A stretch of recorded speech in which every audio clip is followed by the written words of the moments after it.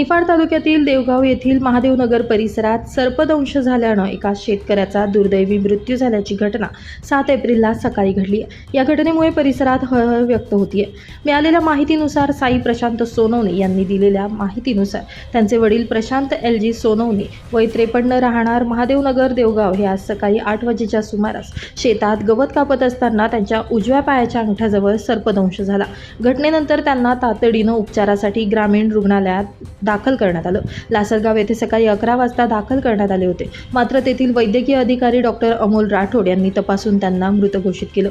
या प्रकरणी लासलगाव पोलीस ठाण्यात CCTNS अकस्मात मृत्यू नोंद क्रमांक 23/2026 भारतीय नागरी सुरक्षा कायदा 2023 चे कलम 194 प्रमाणे अकस्मात मृत्यूची नोंद करण्यात आली आहे। सहाय्यक पोलीस निरीक्षक दीपक पाटील यांच्या मार्गदर्शनाखाली पोलीस हवालदार संदीप शिंदे या प्रकरणाचा पुढील तपास करत आहेत।